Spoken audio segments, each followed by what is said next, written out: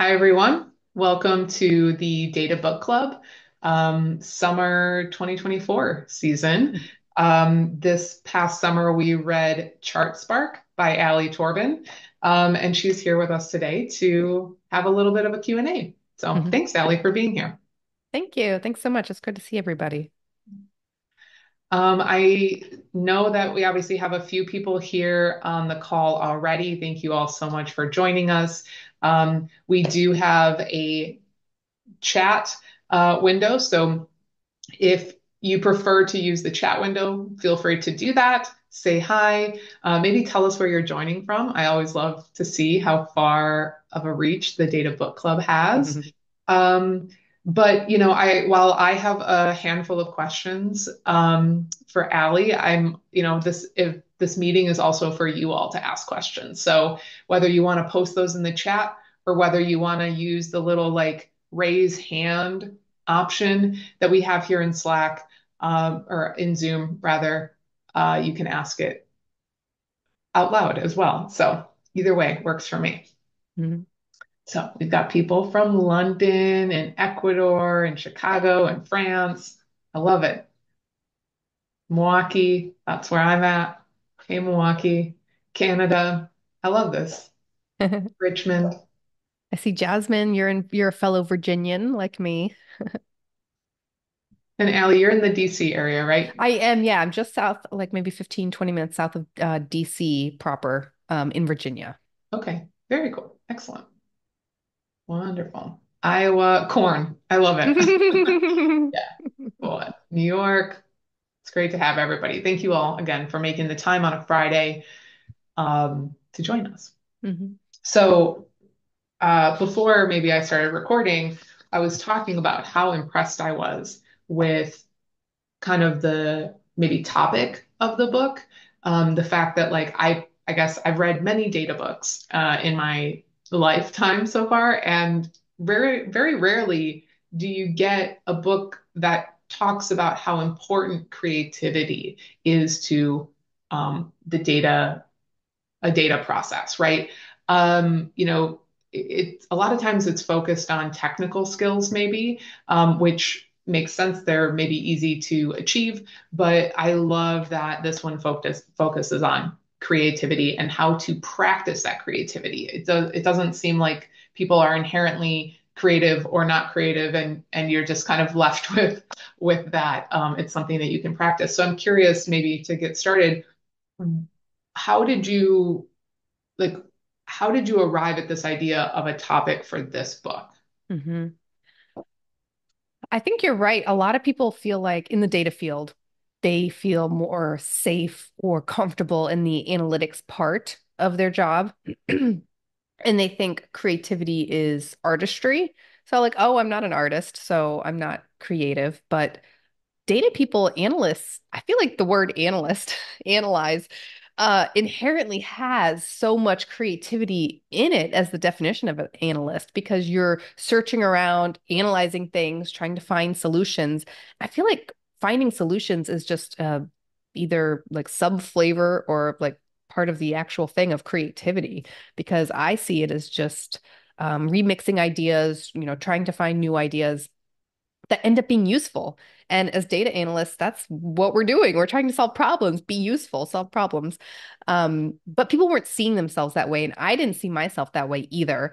But I did find the more that I focused on my creativity, the more interesting my work got. So I felt like I went through this personal transformation. So I really wanted to share the things that I found useful with other people so that they could start their own journey. Because the advice that I found was kind of dissatisfying. It's kind of like, go for a walk, go be inspired by nature, just kind of general things like that. But I didn't know what I should do after that. It's like, okay, I go for a walk, but how does that fit into my process when I'm creating a data visualization? Like that's good advice, but I don't know what to do with it. So I was trying to find all those pieces of creativity advice and put it together in a way that made the most sense for people like us who work in the data field. Yeah. Well, and that really came across So again, thank you for that. And I think, again, I think you have this there are broad pieces of advice that you've kind of just mentioned examples, um, which are, of course, helpful. But like to your point, like, what do I do with that? You gave very actionable, tangible things, step by step, kind of almost like instructions on people who for people probably like me who are like, okay, I literally need to know. Yes.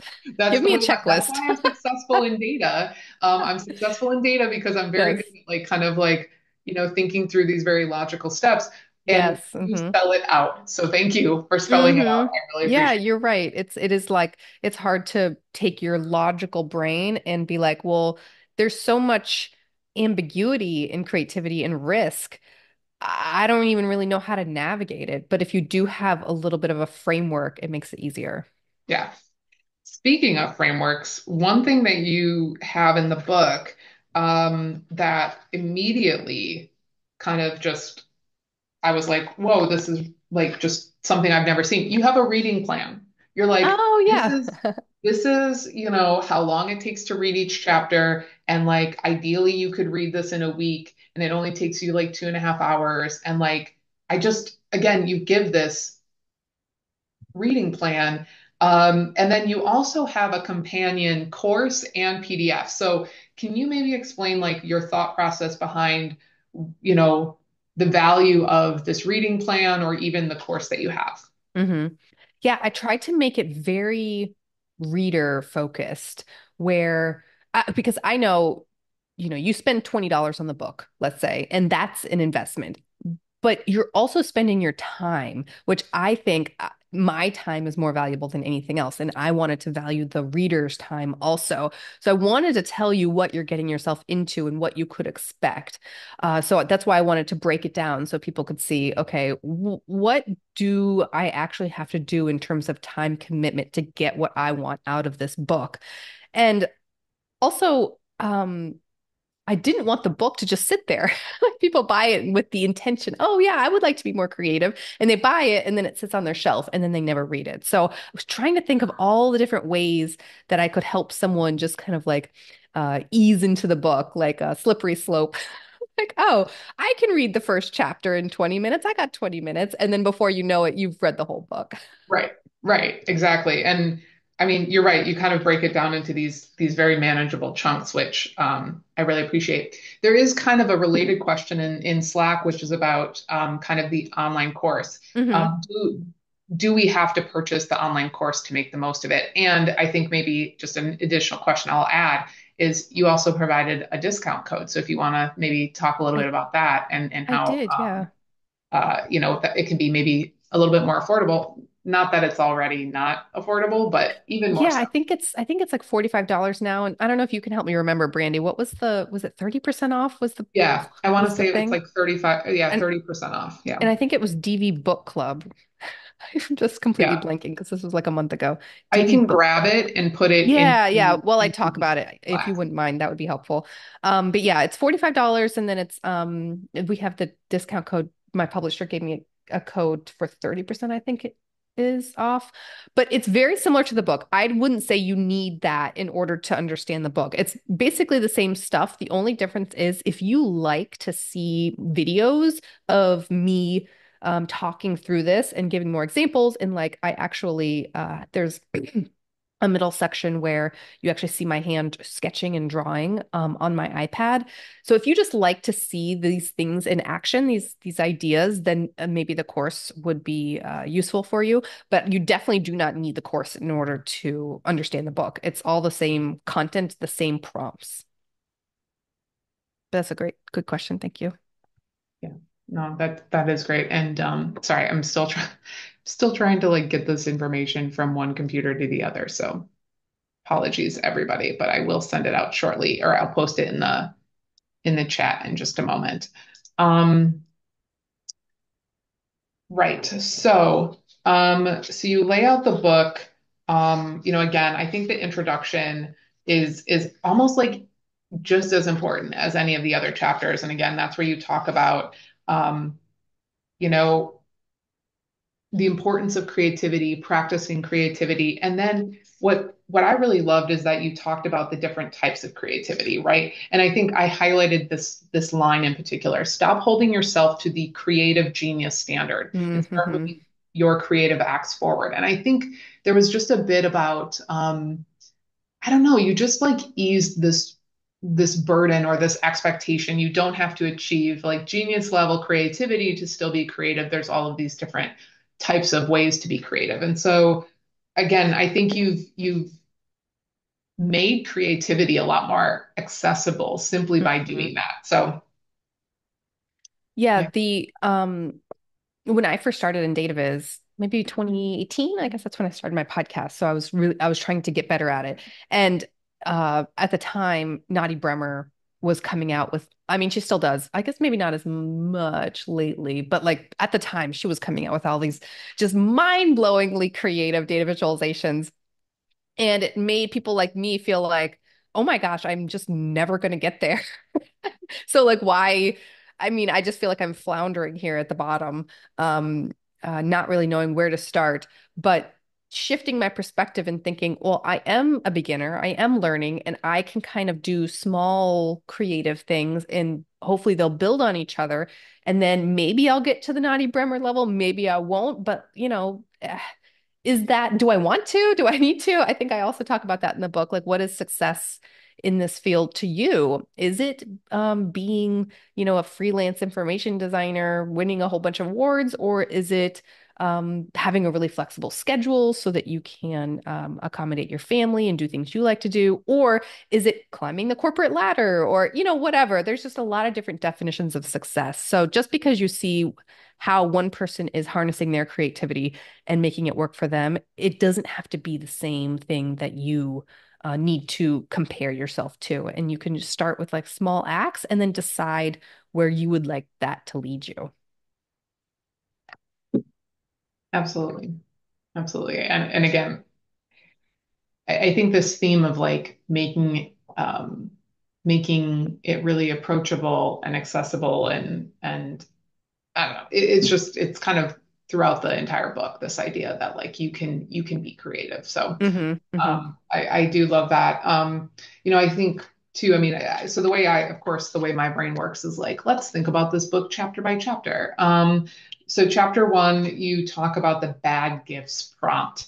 And Hmm. I think Hmm. we had quite a awesome, fun discussion in the book club about Did this you? chapter. And I think we all spent some time practicing that one.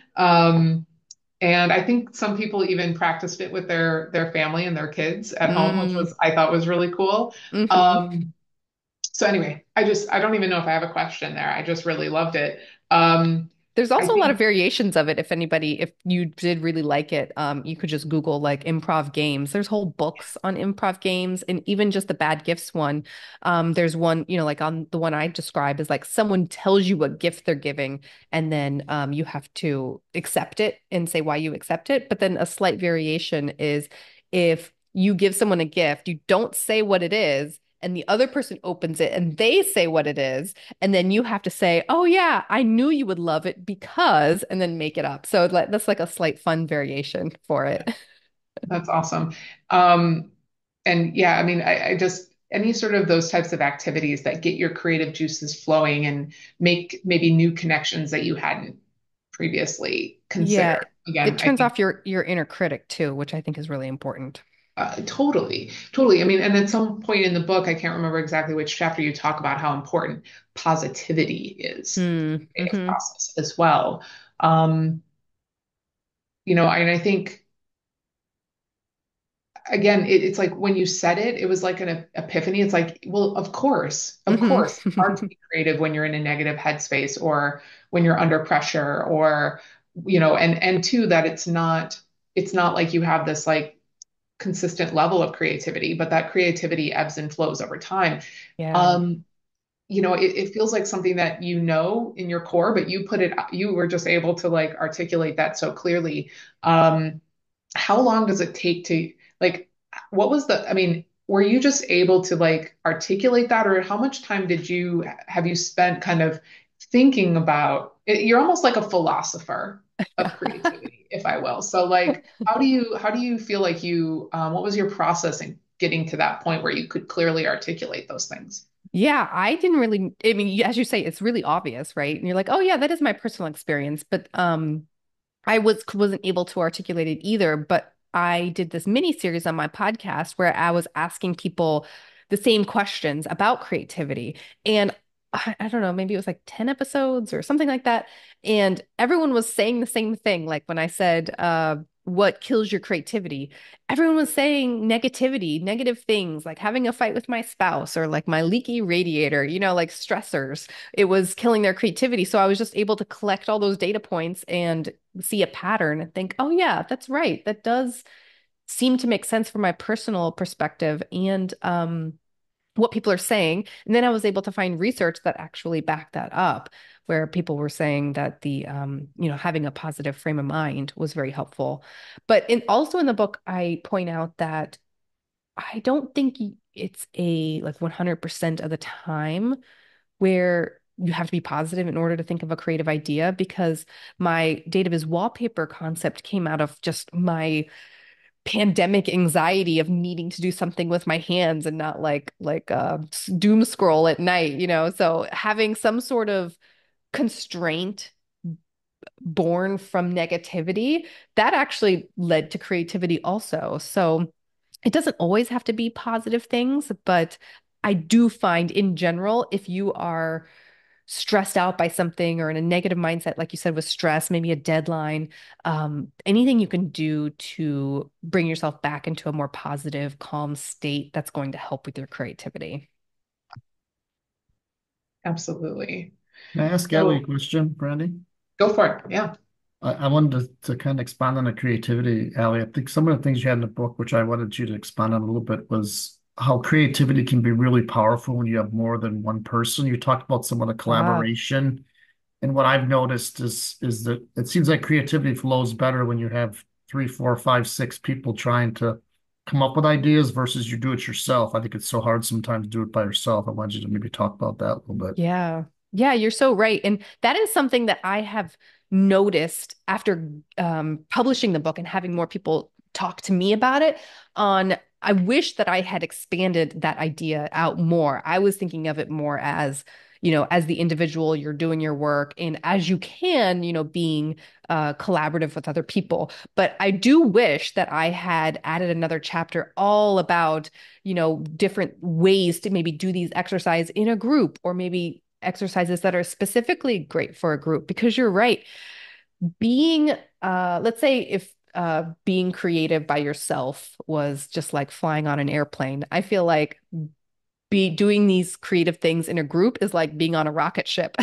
It's just like it can just skyrocket your creativity because you can um like work on each other's ideas and then you're bringing together so many different experiences where it almost feels like the sky is the limit in terms of where you can go.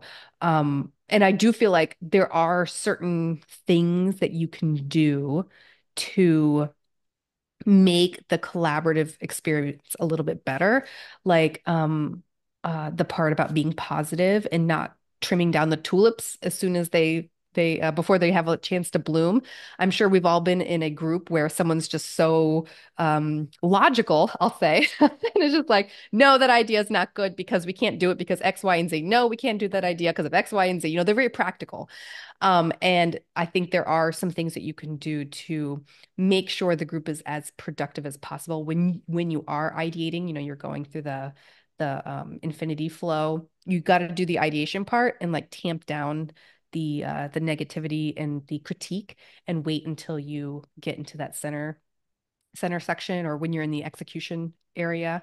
But yeah, I totally agree with you. Doing something with the group is amazing for creativity. And one thing I just, not that I'm an expert in any way, but I'm that person who Mm. is very logical and I tend to solution things right away. One thing I found is I when we have these kind of creative group sessions, I'm really clear that the goal is not to solution. The goal Mm, is to just brainstorm, throw out all those ideas, and then it gives me and anybody else who's maybe like me time to, it's just easier to say the goal is not to critique. The goal is to just throw out ideas, see what sticks, ruminate and think about the ideas that were shared, and then we'll circle back and actually talk about the viability of those options yes. I later think on. that that's a great point, Brandy. I think saying that makes people like you and me too. Like I feel like I'm like, okay, but how would that actually work? It would make those people feel like, okay, we're not just going to get carried away with some idea that we're never going to be able to do. I just need to not talk about it for a second. I'm going to get my chance in a minute. Exactly. Um, Great question, David. Thank you so much.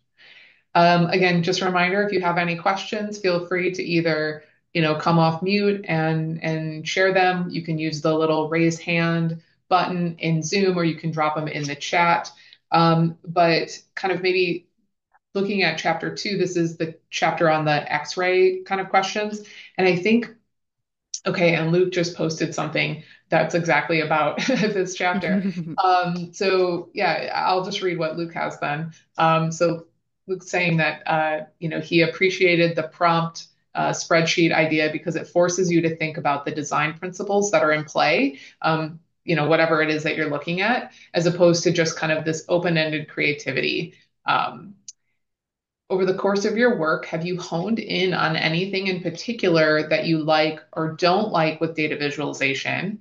And do you have any guidance on how much principles are relied on versus exploring new territory? One thing I'll add to that, the X-ray kind of list. I mean, my question for you was going to be, how did you come up with the list of these Mm, questions? So, hmm. what got you excited about the thing that you're looking at? How were those data visualization best practices followed? But then the third one, which is how did they throw out the rules? And then, how might you use that in your own work? So I'm curious how you came up with these questions. And then, of course, addressing Luke's questions would be great as well.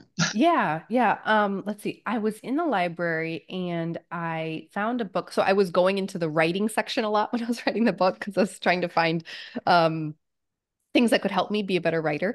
And there was one book, it wasn't called X-ray. It was, or maybe it was called X-ray. No, it wasn't X-ray. It was like it was a word similar to X-ray, but it was about writing.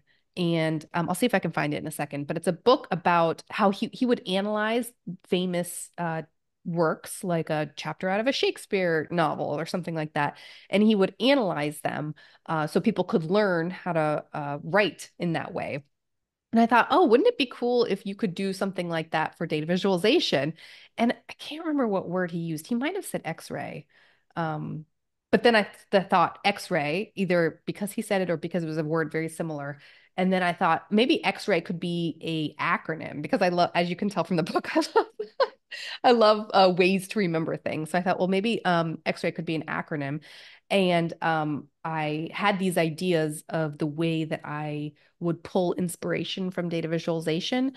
And I just liked, obviously you want to find something that you like about the visualization, and then something that's unique, and unique being probably the anarchy one, like something that you don't see that often. And then being really specific about how I could use it in the future, some technique that they used. So, just thinking about it, I was able to fit all those things into the acronym for X-ray. So Yeah. that's how X-ray came to be. And then let's see, Luke's question. Have you ever honed in on anything in particular that you like or don't like about with data visualization? I think the more that I've done the X-ray technique, the more it makes me think about how I really don't know the constraints and the main goal of each visualization. I don't know what those were.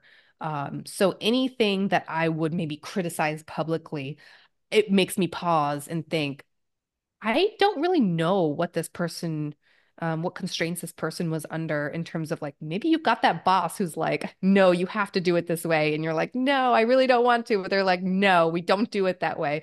So yeah, you could critique it, but that designer really wanted to do it differently. So there's really no reason raking them over the coals publicly, Or they they had a different goal than you guess that or assume that they did. So sometimes things that I run up against a lot is people saying, well, I didn't grasp the main insight really quickly.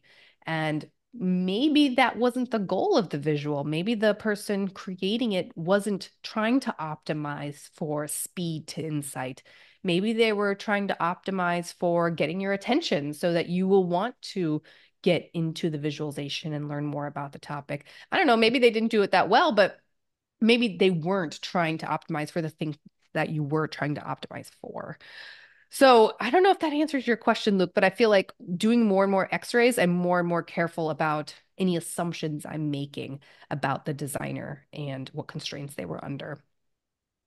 Do you have any guidance on how much principles are relied on versus explore new territory? Guidance on how many principles are relied on.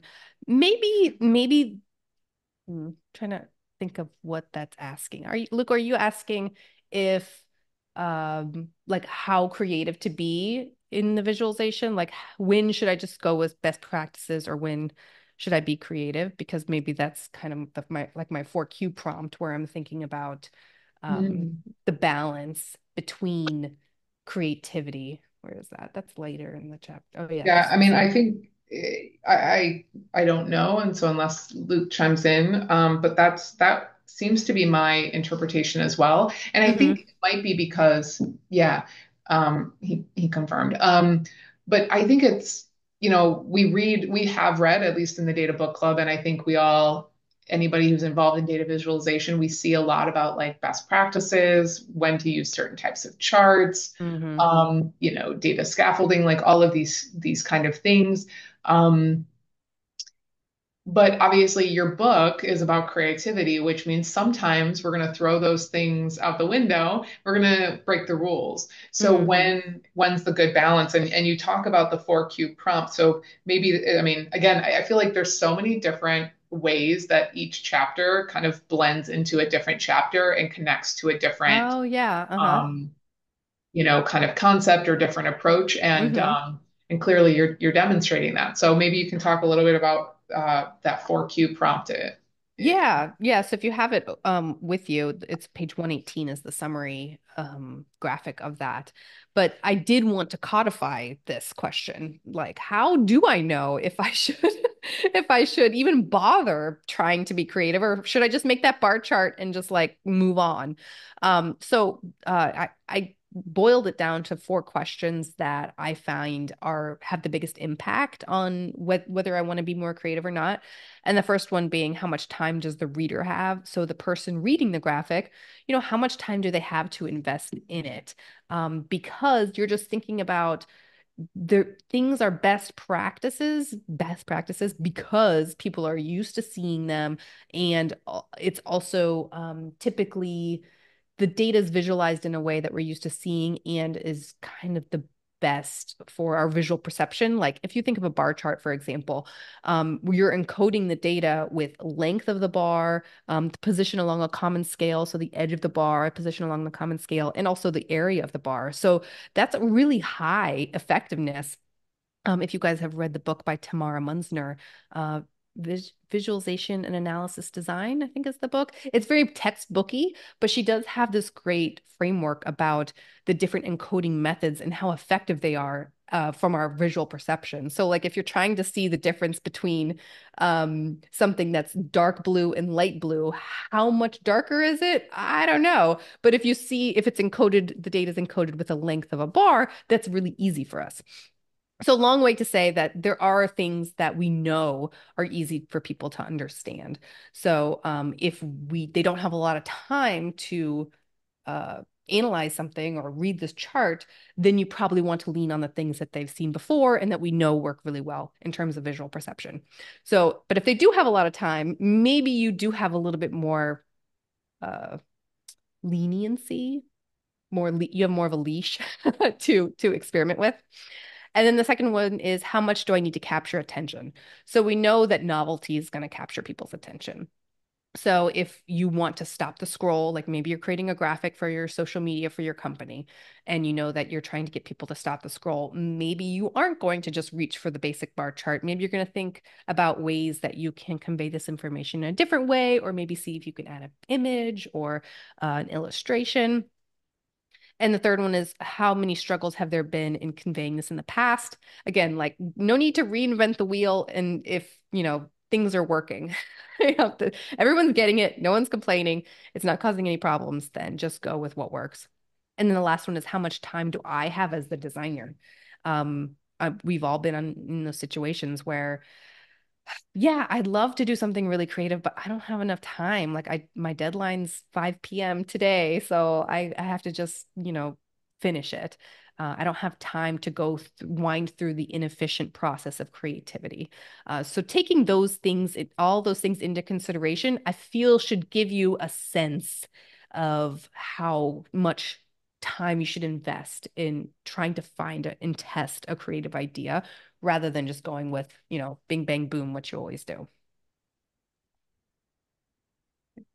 Thank you for breaking that down. And again, yet again, kind of being very realistic too about it and Mm-hmm. saying, look, creativity is great, but sometimes for whatever reason, we just don't have the um, that ability to like incorporate creativity at this moment. So, of Mm-hmm.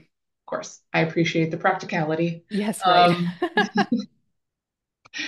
um, you know, one of your chapters is about the recess list. And again, it was kind of what I love about this is it's almost like getting away is also a creative endeavor, right? Yeah. Taking a moment to kind of step away and to maybe do something different. And I'm curious, obviously you kind of provide a few. What's your go-to recess right now? If It's you always going for a walk. Like I'm always looking for a chance to go for a walk because I just love getting outside and being able to listen to podcasts or books that I'm listening to so that I just give my brain a break because I have found the more that I have allowed myself to kind of go through the flow and not force it, like I need to finish this, I need to finish this, the more I have embraced giving myself a break and coming back to it, the more I have realized how much that works and that I kind of crave it now. Like I need a break. Like after 90 minutes, I feel like I can't really I've given my best. After 90 minutes, it's like it's not getting any better than this. So, and I think everybody's different and everybody has different actual work schedules. Like maybe you're in the office and you can't go take a break every 90 minutes, but I have found that if you can be more in tune with yourself and realize when you can take a break, how often can you fit that in, what kind of a break is works the best for you and that fits into your lifestyle, I think you'll begin to crave those breaks and realize how well they work for you. yeah. Yeah, no, I appreciate that. And for everybody on the call, I'd really love to hear what is your kind of recess or when you need a little break. Let's just choose like a short break, 5 minutes or so. What's your go-to for like a short break? Um, Post it in the chat. I'd love to hear it. But What's yours, Brandy? oh, I do love to go for walks. I mean, thankfully I work from home a few days a week and I've got dogs, so I love to get out and Mm-hmm. walk. To force you out. Yeah, but sometimes, even if it's just like going outside and getting a breath of fresh air and like doing some stretching, like I feel like when I sit all the time, I can't do that. So Hmm. yeah, yeah, Yeah, just standing up and stretching is a big thing. yeah. And breathe different air. Yeah, exactly, exactly. Or, I mean, this seems silly maybe, but I almost like love going and folding laundry Oh because yeah. I feel like sometimes my mind is so like even if I go for a walk or I mean, you talked about on your walk you listen to like maybe a podcast or something Hmm. and I think the only podcast I can listen to is something that's like not that's more entertainment than anything else because I need to Right. like Yes. turn my brain off or think about something else. Hmm. So yeah, anyway. Yeah. Yeah. Something you don't have to be analyzing also, just passively. It doesn't matter if you zoned out and you missed something. You can just keep going. Exactly. Exactly. Um, I'm just reading some messages, having a coffee. Yeah. I think lots of people like to do their little walks. Hmm. Trevor Noah, listening to him. Yeah, that's great. Love it. Movies. Oh yeah. This is great. I'm gonna have Hmm. to circle back and read through all of these. This is wonderful. Thank you. Um, so there is a question kind of farther up in the chat that Kobe had posted for a data analyst looking to build out either portfolio or I'm sorry, build out their portfolio. What are some strategies you would recommend to simultaneously create unique standout projects, but also shorten the learning curve to building up skill? Ah, that's a good one. I would say so. This is a very common question and something that I always think about first, and that really helped me is what kind of position are you looking to get? Because that's really going to drive your portfolio. Are you looking to be a data journalist? Are you looking to be a designer, data visualization designer, data visualization engineer?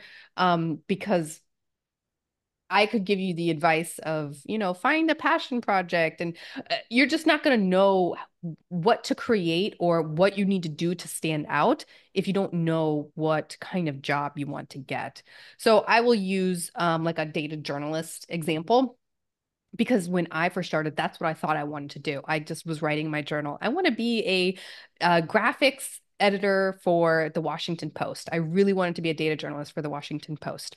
So I was cutting out all of the charts in the Washington Post for, I don't know, months, 6 months, and pasting them in my journal just so I could see what kind of graphics are they creating. And then I could create graphics like that to put it in my portfolio just to show uh, whoever I applied to, like if I were applying for the Washington Post, I could show them I can create graphics in the style that you guys use. So that's like a big check mark. But then seeing all these graphics of what they're creating, I can get a baseline for what is considered standard for them. And then I know what I need to do in order to be more creative. So maybe they're showing a lot of bar charts and line charts. And then maybe I think, well, through my X-ray practice, I come across a Voronoi chart and I think, oh, I can make a Voronoi diagram. And this is something that they have don't see that often or don't create um, for the newspaper very often, but I have found it in my X-ray practice. Let's see how I can apply it to some data that the Washington Post might report on, like maybe election data or something like that.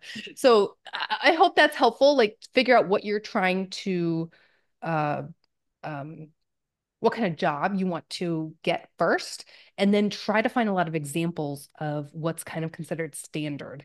And make sure you can show that you can do standard things, and then you can see what the baseline is for the standard things and how you might be able to create something unique outside of that. And, creativity being remixing things. So, like maybe if you are a data journalist, look into like data art or other fields that you could kind of mesh the data journalist look and feel with, and then therefore it's creative just because you mix and matched something.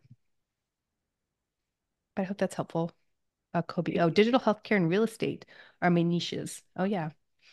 Um, Real estate is definitely ripe for innovation because they use a lot of bar charts and line charts.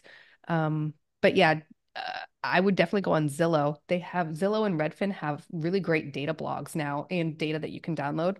Mm. So you can see what they are doing and then download their data and start creating things that look different from what you normally see. And I think that's where, I mean, your X-ray practice, I think really is it's chapter two, and it's one of the things that has, I mean, lots of the things that you've talked about stick for sure, but that one, I think it's just, it's so out of the box for me. Mm-hmm. Yes, anybody who's in data viz or in the data field, like you probably see lots of charts and visualizations in your day to day. And there's probably a certain amount where of your time where you look at that and you kind of make a quick assessment. But you've gone to the next step where you're actually tracking or documenting your reactions or thoughts about it. Um, and so I just really, I mean, I think that that's uh,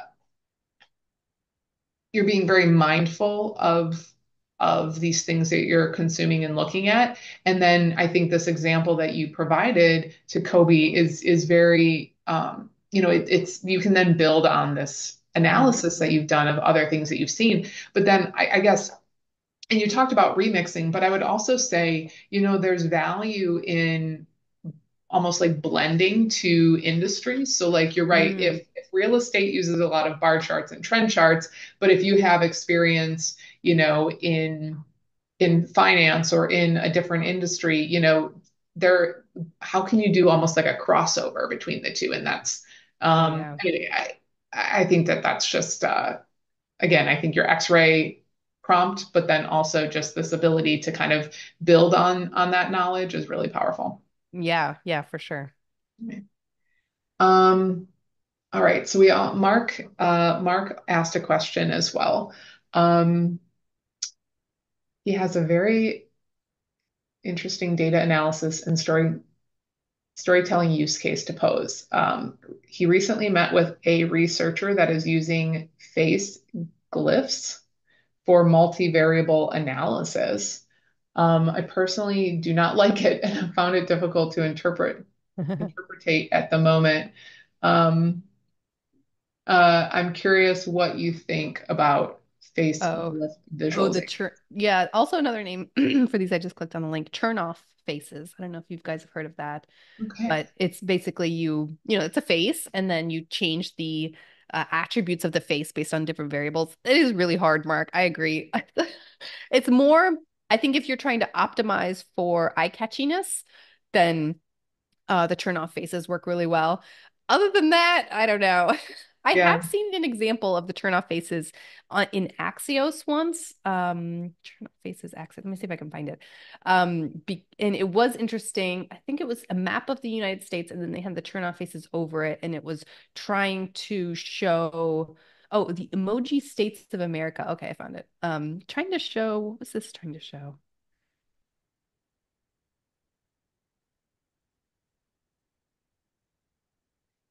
Yeah, I feel like it definitely, feel free to respond with your thoughts in the chat, but so far nobody is saying that they like them. Um, Yeah, just it was about the this churn off the emoji faces was about happiness in around America. So I guess that kind of fit the data. So you could see like the states that were happier. But you could see like they changed the mouth, they changed the eyes and the eyebrows based on um different data points. And you can see that really all your eyes are looking at is kind of the color, I would say, rather than the face attributes. It's really hard. Like the reason why it's hard is because you have encoded so much data. So when you encode data, your reader has to decode the data. You just spend all your time decoding. So people are going to be looking at general patterns. And if there's no strong patterns or easy way to see those patterns, then I think people just get frustrated and they're like, I'm having to do so much decoding. I'm like a cryptologist over here. yeah. It almost makes me when I looked at the paper that Mark had linked to, it made me almost think about like a radar chart or a spider Oh, uh-huh. web. And it's like again to your point, unless it's really clear to see, the pattern that the creator is trying to show, it takes so much time to understand what I'm looking at. Yeah, yeah. And you kind of, if you can't really if you're not getting anything, like even just a drip of something slowly, then I think people tend to give up. Um, you need to have some sort of reward for the effort that you're putting in. And if you're not getting any kind of effort, I think people give up. Absolutely. And That's again, cool to know. uh, check out what is that chapter? Well, the chapter about Q4, the Oh yeah. 4Q Yeah, prompt, what because chapter? that will break down when to Yeah, use the chapter creative 7. chart type. Hmm. Yeah. Um, But you might be able to like X-ray it and then store it away in your brain. And then there might be a case where data and the audience and the goal all line up, and that's the turn off face is perfect. yeah, exactly. Right. Um, again, I've been kind of asking a ton of questions, and I've so appreciated this conversation. Thank you all for posting your questions in the chat. If anybody has a question that they'd like to ask, I encourage you to again chime in, raise your hand, or post in the chat. We have just a few more minutes left, so I want to make sure everybody has a chance to ask a question. Um, I I see somebody raise their hand. If you want to come off mute and ask your question, please go for it. Thanks, Brandy. Ojo here. Am I audible? Yes, I hear you. Yeah, we can hear you. Yeah, I have this question at the back of my head, and I keep asking everyone. It's a slight digress from the book chat we're having. For someone like me who's been 10 years hands on more, doing Tableau and what have you in business intelligence, and I get offered as an individual contractor, I get offered roles which are very hands on and heavy dependent on Mm, my skills in Tableau. How mhm. do I position myself to be seen as a leader, to receive those leadership roles? Leadership more like being called in to do more strategy type things rather than hands building dashboards or something else. Yes, like I would really appreciate to keep doing hands-on on the side or Hmm. be 50% a developer, but then be more of a guide, coach and mentor people in my team, build a practice, share the best practices sort of things. Yeah, yeah. I think um in terms of when you start a new project, like if you're doing a consulting thing, asking a lot of questions up front, like the questions I have in the appendix, all about uh, this is and starting a new project, all the questions that I asked that I've collected, and a lot of them are high level. You might notice, like there's a data visualization section that talks a little bit about the data, but there's so many questions just about the goal of the project. How do we know if we're successful? Is there a way for us to measure our success? Who is the project for? What are they going to be able to know, have, do, feel? How could we measure any of those promises? All these kind of like high level things. I think when you start asking more high level questions, people start seeing you more as a leader and a strategist rather than someone that can just like press buttons in a software. So I would say just start asking those questions and then people will start seeing you that way. You kind of have to uh, kind of act the part before I think people will bless you with the with thinking of you like that. I think before you know it, people will start thinking about you like that if you start asking those kinds of questions. And Is that helpful? Oh yeah, I see. Yeah, Thank you. absolutely. Thank Yeah. you. um, I know that the question wasn't directed towards me, but I find that I'm in a very similar position as well. Hmm. And maybe it's because I always tend to lean on my individual contributor technical skill set. I'm sure that that's part of it. But I found section two, chapters four, five, and six, as well as chapter eight, to be really helpful in kind of. I find that not only asking those high level questions, but being able to think about things creatively, come up with new solutions, look at like any sort of overarching trends or themes Mm. or things that you're kind of seeing, whether it's in your business or maybe even outside in the market, and then being able to articulate them, being able to communicate them, especially to your non-technical counterparts, people, executives, and things like that. And I think that's where chapter eight becomes really helpful. So finding some sort of metaphor that you can use for what you're seeing and explaining it. So it's more so like I feel like the book, it's almost like working on a specific project, but I conceptually it feels like those same things can be applied at like a broader level. Is that accurate?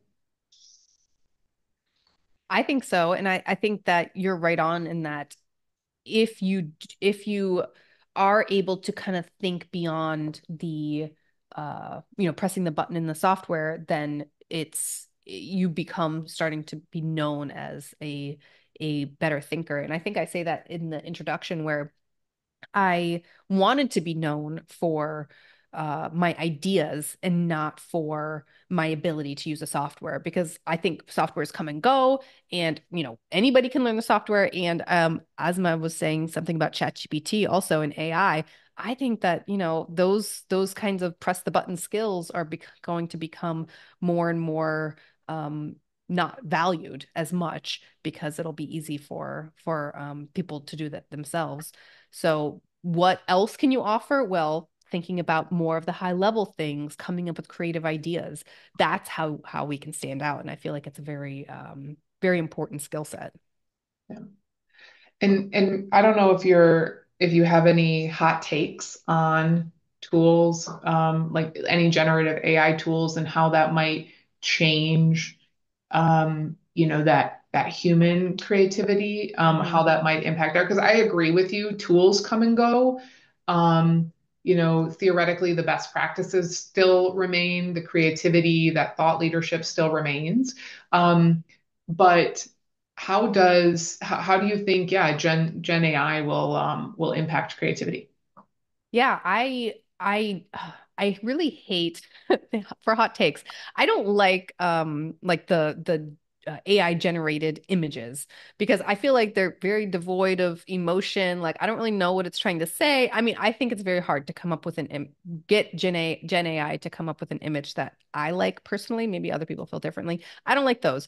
But I do like using generative AI as a thought thinking partner, like to David's question earlier, that being able to throw ideas off of someone else is really, really useful. So having something in your pocket or, just a browser tab away, having someone to chat with, be like, I'm trying to think of a visual metaphor for this idea. Give me 10 ways to think about it. And it spits out like 90% useless things, but there's going to be like one thing that gets you thinking like, oh yeah, I kind of like that idea, but I think it doesn't make sense like this, but it makes better sense like this. And then you can tell it, okay, give me a visual metaphor like more like this. So you can kind of guide it and it helps you iteratively think through your problem. And it's kind of like an assistant or an intern that never gets tired. And you can ask it literally anything without feeling bad, like I'm really sending you on a wild goose chase. Yeah. So I think it's really cool for um helping think generatively. But the big thing is that I forget which chapter I talk about this in. It's not specifically about AI. It's thinking like an editor. And that humans decide when something is useful, not computers, not anything else. We decide if something is meaningful to us because we are the only ones that have a human experience. So we are the best filter for all the random stuff that we get out of generative AI. I don't think it's going to replace us. I think I forget where I heard this, but we're going to get replaced by people who know how to use generative AI because they can think of creative ideas faster because they know how to use it as an iterative partner. That's a great point, Alli. I wanted to just add to that because I went to a recent seminar and they had this very topic was one of the topics for the seminar, and it Hmm. really talked about how can you use generative AI to enhance what you do. That's Yeah. what you're talking about. It's not going to replace you, but you can use it to enhance how you do your job or how you do things so that you're more effective, you're more efficient, you're more valuable because you're using the tools to help you do it better. Yeah, and you still need to have good taste. I think that's another way of thinking about it in terms of deciding if something's meaningful. We are the ones that have good taste. So when you read something, you think that doesn't make any sense or that doesn't sound right. You're really relying on your good taste to decide if it's going to be something that you can run with or if you need to alter it in any way. Yeah. Um, I guess just one. So, I will say, in hearing you guys chat about this, using Gen AI almost as like that brainstorming partner to bring it back to David, your question earlier, how can you kind of collaborate and come up with ideas. I think I find that very difficult to be creative when I'm all alone. Um, Sometimes obviously I have access to people and other times, I can use Gen AI to be that like Mhm. alternative. And Mark, maybe to just bring you into this concept, what if I had like all the different Gen AI assistants up and I asked it all the same question and then got all these different responses, and all of a sudden I've got this like brainstorming group and it's really just one human who's leveraging all the AI assistants. You got yourself a team. Yeah, yeah, exactly. All right, we are nearing the end. I think one final question that I have for you that Wes actually asked is, do you have any book recommendations? Oh, I love books. Okay. Where's my stack of books that I'm currently reading? The uh there there's a really good one if you're more into science graphics. Building Science Graphics by Jen Christensen is an amazingly comprehensive book. And if you like frameworks, I really love that she has in one of the chapters, she has a flow diagram showing the entire process of how to create a science graphic, which could apply to data visualization too. And another flow diagram if you're trying to convert like a, a, a data visualization for the web to mobile, like all these different things that you should be thinking about. So I think that's my number one obsession right now is the building science graphic book. But I will grab my current stack of books and I'll post it in the Slack channel so that you guys can see any goodies that I'm reading right now that might be interesting to you. That'd be great. Thank you so much. What was the book earlier that you had mentioned about? I think it's like the science behind, Oh the yeah, various encoding. Tamara Munzner, and it's